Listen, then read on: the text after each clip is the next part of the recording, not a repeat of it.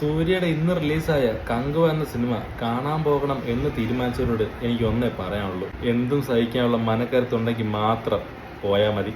സത്യം പറഞ്ഞ ഈ സിനിമയെക്കുറിച്ചൊരു വീഡിയോ ചെയ്യണം എന്ന് വിചാരിച്ചതല്ല. പക്ഷേ സിനിമ അത്ര മോശമാണ്.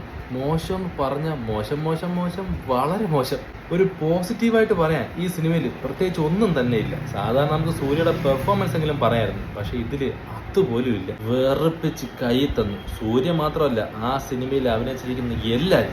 ഡയറക്ഷൻ വളരെ മോശം. BGM, സോങ്, എന്ത് പറയണം, മൊത്തത്തില് ഒന്നും തന്നെ ഒരു പോസിറ്റീവ് പറയാനായിട്ട് ഒന്നും തന്നെ സിനിമ ഇല്ലെന്ന് തന്നെ പറയാം. പിന്നെ ഒരു പോസിറ്റീവ് ഉണ്ട്, വേറെ ഒന്നുമില്ല. ഈ സിനിമ കാണാൻ കയറിയ ആരും ഉറങ്ങൂല. കാരണം സിനിമയിൽ ആദ്യം മുതൽ തുടങ്ങുന്ന അലർച്ച അവസാനം തീരും. അതുവരെ എന്തായാലും ആരും ഉറങ്ങൂല.